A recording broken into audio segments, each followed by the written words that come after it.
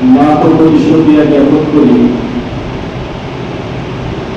যে তিনি অত্যন্ত ভালোবেসে আজকে পবিত্র দিন, জুমার দিন, পবিত্র সময় পবিত্র বান্দাদের পবিত্র ঘরে আনার সুযোগ দিয়েছে। আমি আপনি সেই সুযোগটাকে সদ্ব্যবহার করতে পেরেছি, এই জন্য মুক্ত কণ্ঠে কৃতজ্ঞতা স্বীকার করে বলি আলহামদুলিল্লাহ। কোরআনে হাকিমে আল্লাহ সুবহানাহু ওয়া তাআলা বলেন, লাইন শাকারতুম লাআযীদান্নাকুম ওয়া লাইন কাফারতুম ইন্না আযাবী লাশাদীদ। আল্লাহ সুবহানাহু ওয়া তাআলা বলেন, আমি আমার বান্দার উপরে যে নিয়ামত দান করেছি, বান্দা যদি সেই নিয়ামত পেয়ে শুকরিয়া আদায় করে, আমি আল্লাহ তত বাড়িয়ে দিই। আল্লাহ সুবহানাহু ওয়া তাআলা আমাদের চোখ দিয়েছে, এই চোখ আমরা গোটা পৃথিবীকে দেখছি। যখন এই চোখের মধ্যে কিছু পড়ে, চোখ আর সেটা দেখতে যায় না। এই চোখের কর্ম তারা বলবে যাদের চোখ নেই। আমার আপনার চোখ আছে, বাইরে ভালো মতো সব দেখতে পাচ্ছি, কিন্তু যাদের চোখ নেই তারা জানে চোখ না থাকার কতটা কষ্ট। আমি আপনি সেই চোখ নামে নিয়ামত পেয়েছি, আমি শুকরিয়া আদায় করতে পারি। আল্লাহ সুবহানাহু ওয়া তাআলা আমাদের সকলকে সুন্দর করে দিয়েছেন।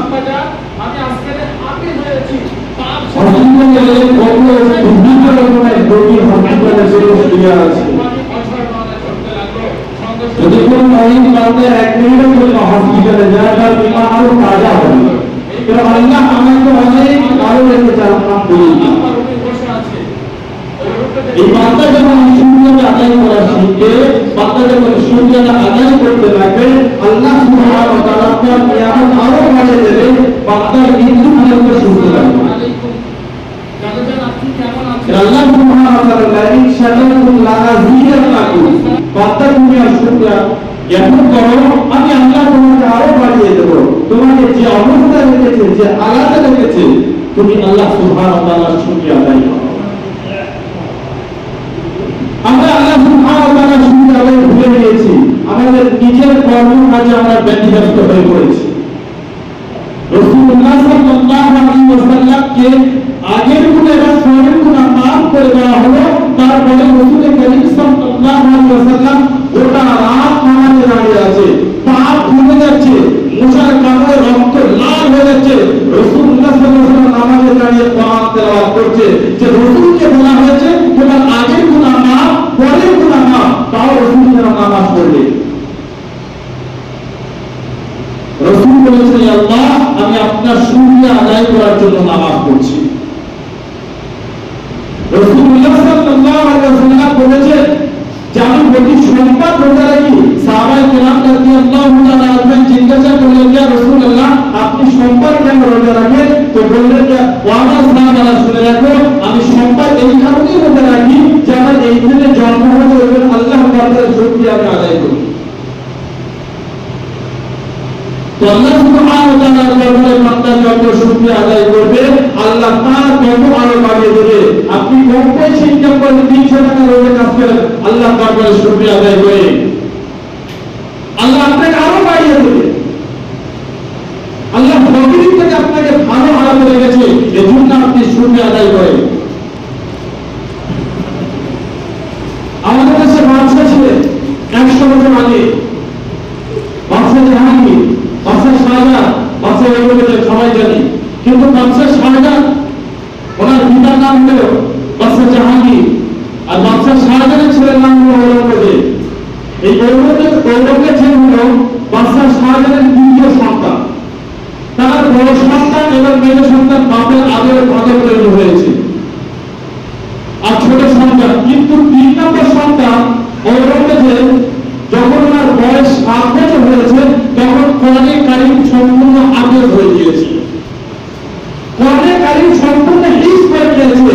যে বাদশা জাহাঙ্গীর চিন্তা করলেন, আমার বাচ্চা ছোট, ধর্মে এবং জ্ঞানী, শেষ করার জন্য আলহামদুলিল্লাহ 7 বছর যখন বয়স কমপ্লিট হয়েছে তখন কোরআন সবক শেষ করেছে, হাতে ধরে বাড়ি এসেছে। আপনাদের কাছে খবর দিচ্ছে বাচ্চা শাহজাহান যখন বাচ্চা সিংহাসন গ্রহণ করেনি তখন খবর দিচ্ছে আসসালামু আলাইকুম আব্বাজান, আমি আজকে হাফেজ হয়েছি। পাপ সেদিন এত আনন্দ পেয়েছে আর আনন্দ এত বেশি হতে চলতে পানি অঝর মানে ধরতে লাগলো। সঙ্গে সঙ্গে অবলোক দেখতে ঢুকে চলে গেলে পা তুমি আজকে আমাকে ধর্ম করে দিল। এই খবরটা বাচ্চা শাহজাহান তার আপনার রুমে বসে আছে, ওই রুমে দেখতে বলছে পা তুমি তোমার দাদুকে এই খুশি সংবাদটাকে দিয়ে এসো।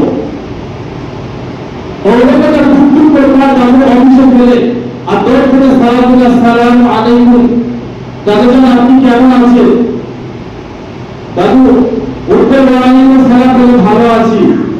দাদু আজকে খুশির সংবাদ। দাদু মুখটা নিচে বলে আছে, বুঝতে পেরেছেন? দাদু আমি আজকে হাফেজ হয়েছি, মোকাম্মল হাফেজ কোরআন মুখস্থ করেছি, হাফেজ হয়েছি। দাদুর মুখটা একদম ঘুমড়ে গিয়েছে, রাগের ভিতরে ভাব এসে গেছে। বাচ্চা জাহাঙ্গীর ঔরঙ্গজেব যখন দাঁড়িয়েছে, দাদু আমি হাফেজ হয়েছি, আপনি খুশি না? বললে হ্যাঁ খুশি। বলে আমি যদি খুশি হই তোমার মুখে হাসি নেই কেন? বলে আমি খুশি আছি বাবু, তুমি যাও। ঔরঙ্গজেব অফিস থেকে বার হয়ে বারান্দায় বাচ্চা শাহজাহান দাঁড়িয়ে আছে। ঔরঙ্গজেব থেকে জিজ্ঞাসা করছে বাবা তোমার মন খারাপ কেন? দাদু তোমাকে কিছু বলেছে? বলছে না। তুমি দাদুকে সালাম দিয়েছো? বলে হ্যাঁ। দাদু কি বলেছে? দাদু আমাকে কিছু সাবাসও দেয় নেই, আমাকে বলেছে ওখানে আদরও করেনি। এই কথাটা তোর বাচ্চা শাহজাহান শুনেছে, আরো রেগে দিয়েছে। বাচ্চা শাহজাহান সঙ্গে সঙ্গে বাবার অফিসে চলে গেলে আসসালামু আলাইকুম। বাবু বলল ওয়ালাইকুম আসসালাম। বলে আপা ওই লোকের এসেছিল? বলে হ্যাঁ। কিছু বলেছে? বলে হ্যাঁ। ওই লোকের তো আজকে হাফেজ হয়েছে, আপনাকে বলেনি? বলে হ্যাঁ বলেছে। আপনি খুশি না? বলে না। বলে আপনার কারণ কি জিজ্ঞাসা করতে পারি? তখন জাহাঙ্গীর বলেছিল ওই লোকের হাফেজ হয়েছে, খুশি হবে তুমি কিয়ামতের ময়দানে নূরের পাখিটা তাজটা তুমি করবে, আমি বাচ্চা জাহাঙ্গীর করবো না, তুমি শাহজাহান করবে। আমি অবদত্ত সন্তানকে পয়দা করেছি, সৃষ্টি করেছি, জন্ম দিয়েছি, যে আমার নূরের তাজটা পড়াতে পারলো না কিয়ামতের দিন। বাচ্চা শাহজাহান চুপ করে গেলেন আর বাচ্চা জাহাঙ্গীর এমন কথা বলতে লাগলো। বাচ্চা শাহজাহান ওই অফিস থেকে বার হয়ে চলে আসলো। ঠিক আছে, একটা মাদ্রাসা ভর্তি হয়ে গেল। বাচ্চা জাহাঙ্গীর জানে না। ঠিক 6 মাস পরে বাচ্চা জাহাঙ্গীরের শরীর খারাপ হয়ে গেছে। মৃত্যু 3 দিন আগে প্রতি ঘন্টায় খবর আসছে বাচ্চা শাহজাহানের কাছে তোমার বাপ মৃত্যু সজ্জায় চলে গেছে, আর হয়তো সম্ভাবনা দুনিয়াতে থাকা ডাক্তার সম্ভাবনা, ডাক্তার ঘোষণা দিয়ে দিয়েছে, আর হয়তো বাঁচবে না, যা খাবার ফেরাও। এই খবর যখন বাচ্চা শাহজাহানের কাছে বারবার আসছে, সমস্ত লোক বাচ্চা জাহাঙ্গীরকে দেখতে যাচ্ছে দলে যে হয়তো বাচ্চা জাহাঙ্গীর আর থাকবে না দুনিয়াতে।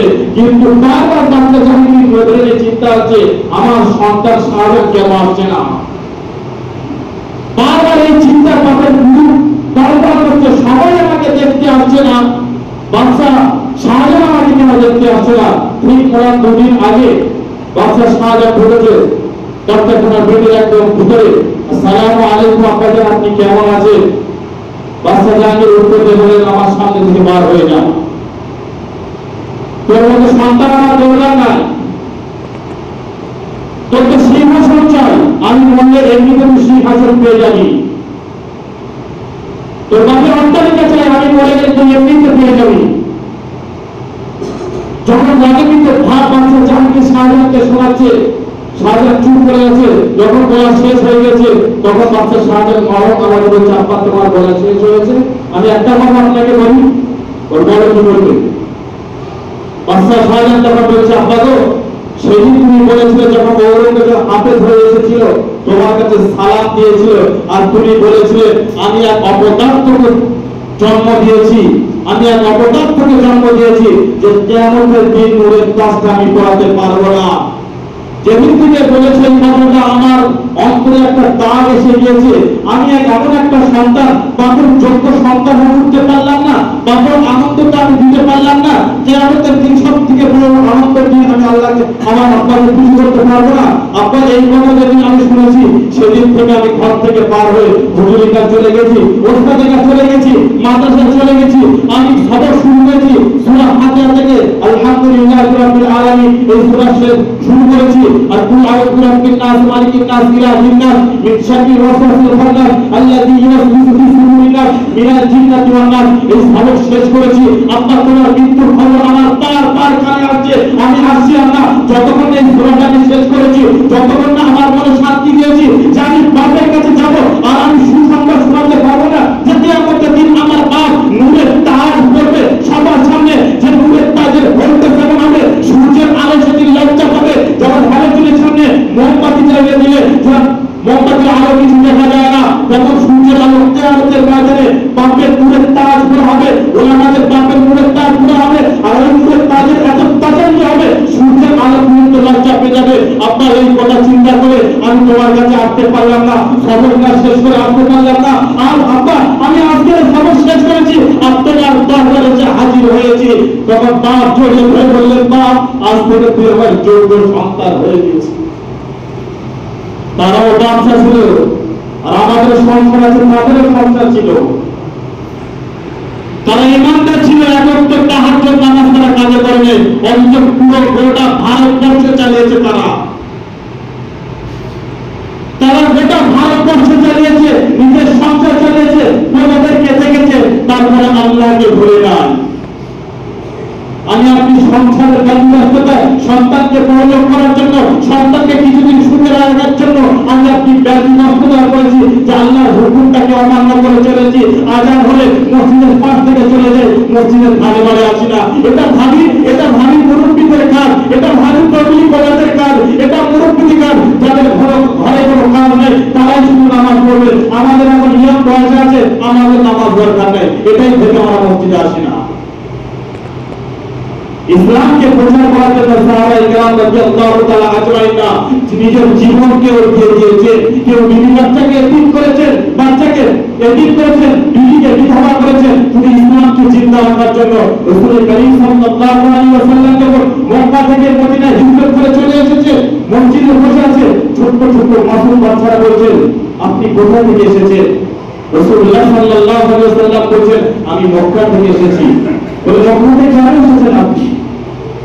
রাসূলুল্লাহ বলেন, মক্কার মানুষ আমাকে খুব নির্যাতন করেছে, আমাকে খুব কষ্ট দিয়েছে, এজন্য মক্কা থেকে মদিনা এসেছি। মদিনার মানুষ আমাকে আপ্যায়ন করে দিয়েছে।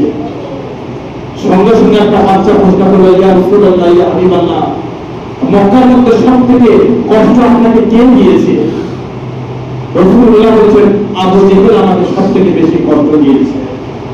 এই কথা শুনে দুটো বাচ্চা মসজিদ থেকে পার হয়ে গিয়েছে। ছোট ভাই বড় ভাই কি বলছে, একজনের নাম মুআজ, একজনের নাম মুআবিস, একজনের বয়স 10, একজনের বয়স 8।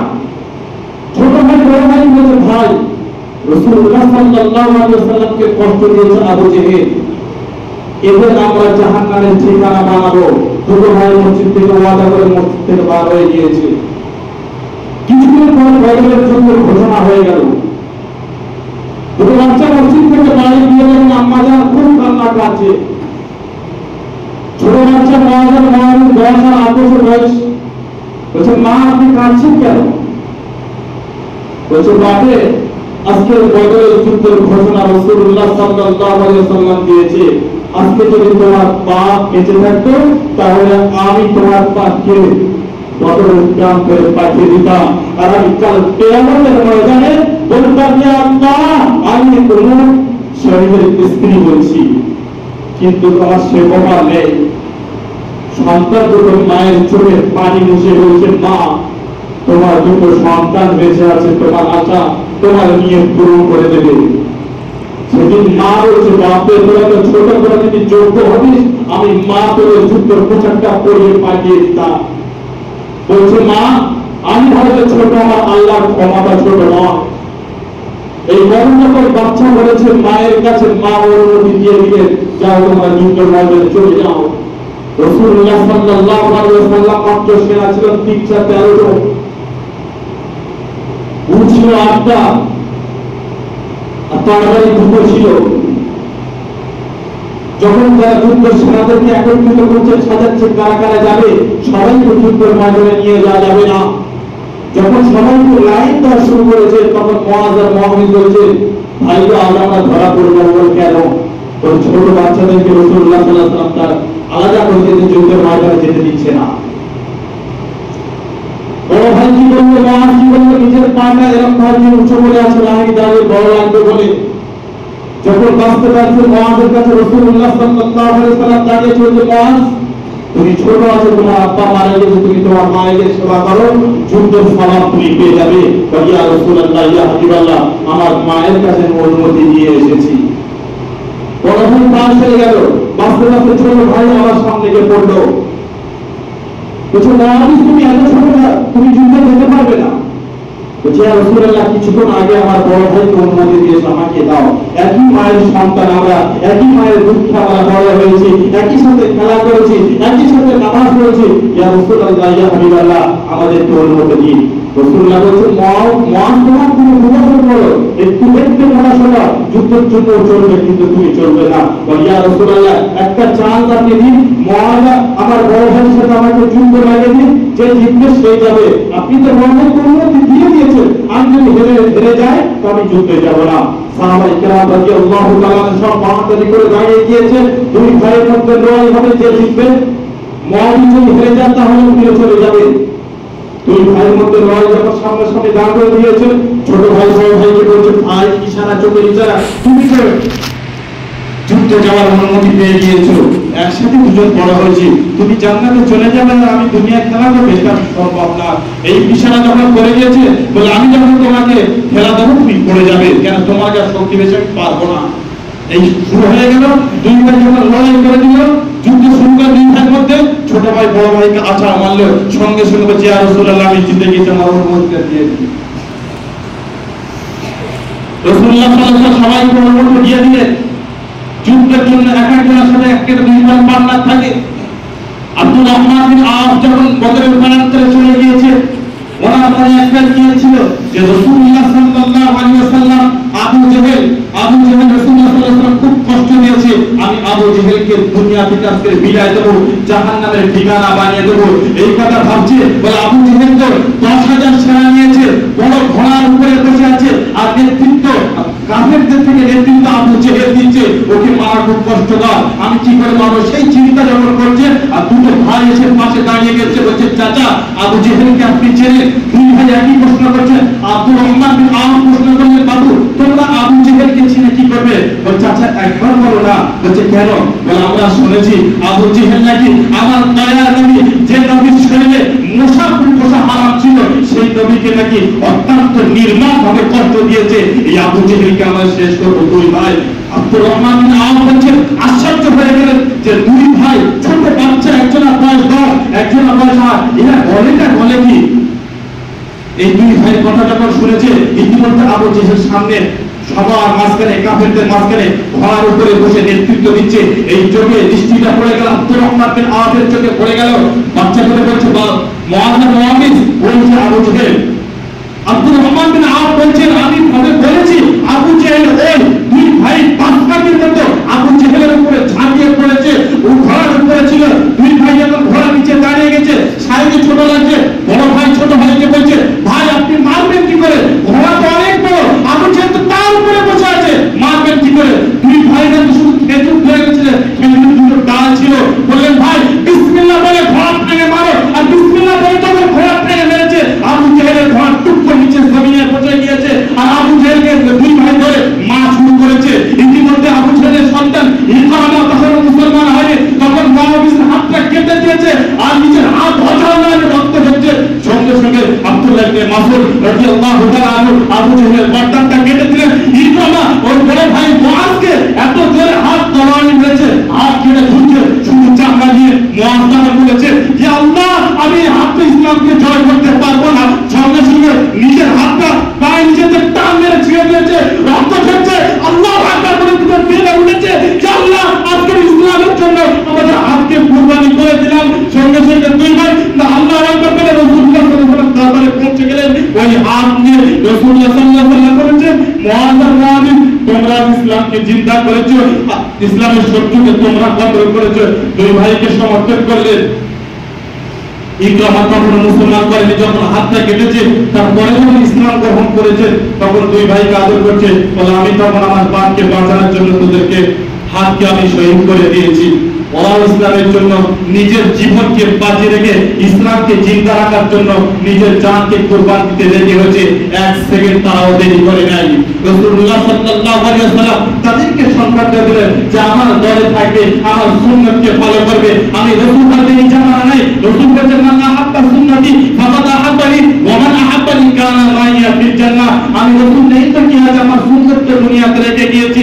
আমার সুন্নতকে যে ভালোবাসবে সে আমি নবী আমাকে ভালোবাসবে, আর আমাকে যা ভালোবাসবে কাল কিয়ামতের ময়দানে সে আমার সাথে জান্নাতে যাবে। আল্লাহ সুবহানাহু ওয়া তাআলা বলেন ওয়া মান আহসানু কাওলান মিম্মান দাআ ইলাল্লাহ ওয়া আমিলা সালিহান ওয়া ক্বালা ইন্নানি মিনাল মুসলিমিন। ওই ব্যক্তির কথা হচ্ছে কার কথা উত্তম হবে যে মানুষকে থেকে থেকে আল্লাহর ঘরের দিকে আনবে, মানুষকে দাঁড়িয়ে রাখার কথা বলবে, মানুষকে টুপি পরার কথা বলবে, মানুষকে রোজার কথা বলবে, মানুষকে আল্লাহর ভয় ভীতি দেখাবে। এই মানুষের কথাতে কার কথা উত্তম হতে পারে? আল্লাহ সুবহানাহু ওয়া তাআলা বলেন ওয়া মা খালাকতুল জিন্না ওয়াল ইনস ইল্লা লিয়াবুদুন। আমি আল্লাহ সুবহানাহু ওয়া তাআলা মানুষ ও জিন জাতিকে সৃষ্টি করেছি শুধুমাত্র আমার ইবাদতের জন্য, আর পুরো কায়নাতকে সাজিয়েছি আমি আমার বান্দার জন্য। আমি আল্লাহ ততদিন পর্যন্ত আমি আল্লাহ এই দুনিয়াকে ধ্বংস করব না যতদিন পর্যন্ত এই দুনিয়াতে আল্লাহ বলনেওয়ালা থাকবে। একজন যদি থাকে দুনিয়াতে আল্লাহ বলনেওয়ালা, আমি আল্লাহ সুবহানাহু ওয়া তাআলা এই দুনিয়াকে ধ্বংস করব না। আমরা বুঝতে পারছি যে আল্লাহ বলনেওয়ালা হিন্দুরা বলে, খ্রিস্টান বলে, জনগণ আল্লাহর নাম মুখে আনে, কিন্তু এ নাম সে নাম নয়। এই নামের যখন বিধি হবে, এই নামের যখন তসবিহ চলবে, এই নাম নিয়ে যখন আলোচনা করবে যে ভাই আমি নামাজ পড়ছি, আল্লাহ সুবহানাহু ওয়া তাআলা বলেছেন তুমি বাঁচো তোমার আহালকে বাঁচাও, অর্থাৎ আমি নামাজ পড়লে হবে না, আমার ভাই ব্রাদারকে পড়াতে হবে। রাসূলুল্লাহ সাল্লাল্লাহু আলাইহি ওয়াসাল্লাম হাদিসে বলে আল মুসলিমু আখুল মুসলিম, এক মুসলমান অপর মুসলমানের ভাই। তাহলে প্রতি কি মুসলমান তোমার ভাই? তুমি নামাজ পড়তে আসছো, তোমার ভাইকে ডাকবে না? তুমি নামাজ পড়তে আসছো, তোমার ভাইকে ডাকবে না? মুআযিজ বলেছিল ভাই তুমি জান্নাতে চলে যাবে, আর আমি ভাই আমাকে নিয়ে যাবে না? একসাথে দুই ভাই জান্নাতে চলে যাব, একসাথে দুই ভাই জান্নাতে চলে যাবে, একসাথে জান্নাতে যাব। সেদিন বলেছিল ভাই তো আমরা তো সবাই ভাই ভাই, একসাথে কেন কাঁধ মিলিয়ে নামাজ পড়তে কেন আসি না? পৃথিবীর নিজামটা ঠিক থাকবে, রাসূলুল্লাহ সাল্লাল্লাহু আলাইহি ওয়াসাল্লাম দ্বীনের উপর চলনেওয়ালা যাবে, পরিপূর্ণতা জমে যাবে, দ্বীনকে ভালোবাসা শিখে যাবে, আর নিজে শিখবে, আর পাড়ার প্রতিবেশী সবাইকে দাওয়াত দেবে। এই দ্বীন হলো একমাত্র আল্লাহর পছন্দের ধর্ম, এই দ্বীন হলো আল্লাহর কাছে মনোনীত ধর্ম। এই দ্বীনের প্রচার যখন করতে লাগবে আল্লাহ তাআলা দুনিয়ার পুরো নিজামটা ঠিক রেখে দেবে। এই দ্বীনের চলনেওয়ালা যখন কালিমার হক বুঝনেওয়ালা যখন দুনিয়াতে থেকে যাবে তখন আল্লাহ তাআলা নিজাম ঠিক রেখে দেবে। রাসূলুল্লাহ সাল্লাল্লাহু আলাইহি ওয়াসাল্লাম বলেছেন মান ক্বালা লা ইলাহা ইল্লাল্লাহ ফাদাখালাল জান্নাহ। কালেমা যে একবার মুখ থেকে বলেছে ওই ব্যক্তিটা জান্নাতে যাবে। এর অর্থ কি? যে আমি কালেমা লা ইলাহা বলেছি জান্নাতে চলে যাব না। আমি যখন থেকে কালেমা লা ইলাহা পড়েছি সেদিন থেকে, সেই দিন থেকে, সেই মুহূর্ত থেকে আমার জন্য ৫ ওয়াক্ত নামাজ ফরজ হয়ে গিয়েছে। আমার জন্য রমজানের ১ মাস রোজা ফরজ হয়ে গিয়েছে। আমার যদি অর্থ থাকে যাকাত দেওয়া ফরজ হয়ে গিয়েছে। আমার যদি অর্থ থাকে হজ করা ফরজ হয়ে গিয়েছে। যখন থেকে আমি বলেছি লা ইলাহা ইল্লাল্লাহ মুহাম্মাদুর রাসূলুল্লাহ, এই শব্দ যখন আমার মুখে জবানে অন্তরে একই করে নিয়েছি যে যা কিছু হয় আল্লাহর থেকে হয়, আল্লাহ ছাড়া কোনো মাবুদ নাই, এটা প্রশংসার যোগ্য হলো আল্লাহ। এই কথাটা যখন আমি অন্তরে স্বীকার করে নিয়েছি সেই মুহূর্তে, সেই সময় থেকে আমার উপরে ৫ ওয়াক্ত নামাজ ফরজ হয়ে গিয়েছে। প্রতিটি মানুষের উপর ৫ ওয়াক্ত নামাজ ফরজ। ফজর করেছি, শুকরিয়া আদায় ফজর করেছি। বাদশা জাহাঙ্গীর সাজার তারাও দেশ চালিয়েছে, দুনিয়ার সংসার সমস্ত মতে ব্যর্থ ছিল, কিন্তু তারা আল্লাহর হুকুমকে অমান্য করে না। আমাদের ধর্ম যদি তার টাকা বেশি হয়ে যায় সেটা কি বলে? গরিব মানুষ বলে রোজা রাখবে। আমি তো গরিব নামে রোজা কেন রাখবো? হযরত মুসা আলাইহিস সালাম যদি মনে করতে যে আমি লাঠিকে সাগরে বড় সাগর রাস্তা হয়ে যাবে, তখন তুমি লজিক দেখাতো, তাহলে তুমি দিনের ব্যবহার হাতে এসে যেত।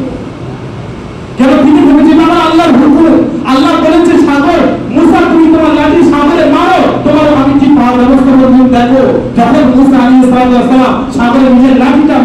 আর আটখানা রাস্তা বার হয়ে গেল। তখন যদি তুমি লজিক দেখা যদি পিছনটা হেরাও আর সামনে তো নীল নয়, আমি পারবো কি আমার কলমদের নিয়ে, তখন যদি উনি ভাবতো আল্লাহকে আপনি কি বলেন, আমি লাঠি এখন কেন সাগরে মারবো? এখানে কোনো লজিক চলে না। আল্লাহ হুকুম বলেছে আমাকে করতেই হবে, এটা রাসূলের নির্দেশ। আল্লাহ নিজে বলেছে, ও হাবিব তোমার উম্মত যদি আমাকে পেতে চায়, আল্লাহ আমাকে যদি পেতে চায়, তুমি তোমাকে যেন অনুসরণ করে। কুল ইন কুনতুম তুহিব্বুনা আল্লাহ ফাত্তাবিউনি ইউহিব্বুকুমুল্লাহ। আমি আল্লাহ যদি আমাকে পেতে চায়, তুমি হাবিব তোমাকে যেন অনুসরণ করে। আমরা হাবিবকে কত অনুসরণ করেছি, খাবার সময় দেখেছি যেখানে কটা সুন্নত আছে, মসজিদে ওঠার সময় যে ভেবেছি মসজিদে ওঠার কটা সুন্নত আছে। আমার জিন্দেগি যখন সুন্নতের মধ্যে চালিত করবো, সুন্নতের মধ্যে জীবন যাপন করবো, তো আল্লাহর কসম বলছি কোন মুসিবত ওই বান্দার উপরে পড়বে না। ওই বান্দা রাস্তা দিয়ে যখন হেঁটে যাবে, তখন চারিদিকে ফেরেশতা নাচবে, দোয়া করবে। এই বান্দার ফিকির যে রসুলের সুন্নত নিয়ে চলবো, রসুল যে কাজ আমাদের উপরে ছেড়ে দিয়ে গেছে, এই কাজগুলো উম্মতের উপর ছড়িয়ে দেবো। রসুল যে কাজ আমাদের জন্য জিম্মাদার বানিয়ে দিয়েছে, এই নবীর উম্মত হওয়ার জন্য মদিনা পর্যন্ত গিয়েছে। আল্লাহ এই নবীর উম্মত আমাদেরকে বানিয়ে দিন, এই নবীর উম্মত আমাদেরকে বানিয়ে আমরা সেই না চাইতে পেয়ে গেছি, এই জন্য কদর বুঝি না। ইসলামটা আমরা না চাইতে পেয়ে গেছি।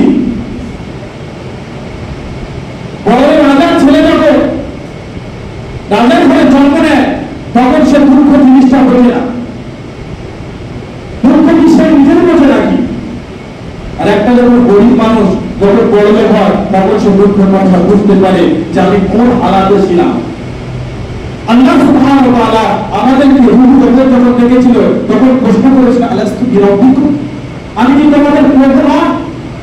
প্রত্যেকটি রূহ জগৎ বলেছিল ক্বালু বালা, অবশ্যই আপনি আমাদের প্রভু। প্রত্যেকটা রূহ জগৎ বলেছিল। আজকে সে দুনিয়াতে অস্বীকার, কিন্তু রূহ জগতের কথা আমাদের মনে নেই। মায়ের পেটে যে ঘর ছিল তখন সে কথাটা মনে নেই, কিন্তু দুনিয়াতে থাকবো, কবর চলে যাব, এই দুনিয়ার সমস্ত কথা মনে থাকবে। মানুষ কি কর্ম করেছে, কোথায় পানাটা করেছে, গোপনে নির্জনে কেউ দেখতে পায়নি, সেটা আল্লাহ মনে রাখবে। আর ফেরেশতাদের কয় মা ইয়ালফিযু মিন কাওলিন ইল্লা লাদাইহি রাকিব আতীত, ফেরেশতা রেকর্ড করার ব্যবস্থা হুকুম পারমিশন দিয়ে দিয়েছে, তোমরা রেকর্ড করো। আমার বান্দা ঘুম থেকে ওঠে আর ঘুমানো পর্যন্ত যা যাবতীয় করবে রেকর্ড করো। কারণ কিয়ামতের দিনে বান্দা অস্বীকার করবে বলে আমি আল্লাহ গুনাহ করিনি। ওই জন্য করে আল্লাহ সব কিছু করে দিয়েছে। ওই জন্য করে আমাদের বাকি জীবনটা আল্লাহ রাস্তায় কাটাবো ইনশাআল্লাহ। আমার পকেটে 20,000 টাকা ছিল, আস্তে আস্তে সে আল্লাহ 10,000 টাকা চুরি হয়ে গেল, আর বাকি 10,000 টাকা থাকতো নাকি? এই 10,000 টাকা ফেলে দেবো না পকেটে বলে বাড়ি আসবো? কি করবো? পকেটে বলে বাড়ি আসবো। আমাদের 7 বছর যেদিন হয়তো বাঁচবো, আমরা করতো 40 বছর কিংবা 50 বছর অতিবাহিত হয়ে গেছে, কিংবা 25 বছর অতিবাহিত হয়ে গেছে, কারো 10 বছর হয়তো আছে, কারো 20 বছর আছে। এই যে জীবনটা আমরা আল্লাহ রাস্তায় কাটাই, এই যে জীবনটা আমরা আল্লাহ রাস্তায় কাটাই, আপনাকে কিছু করতে হবে না।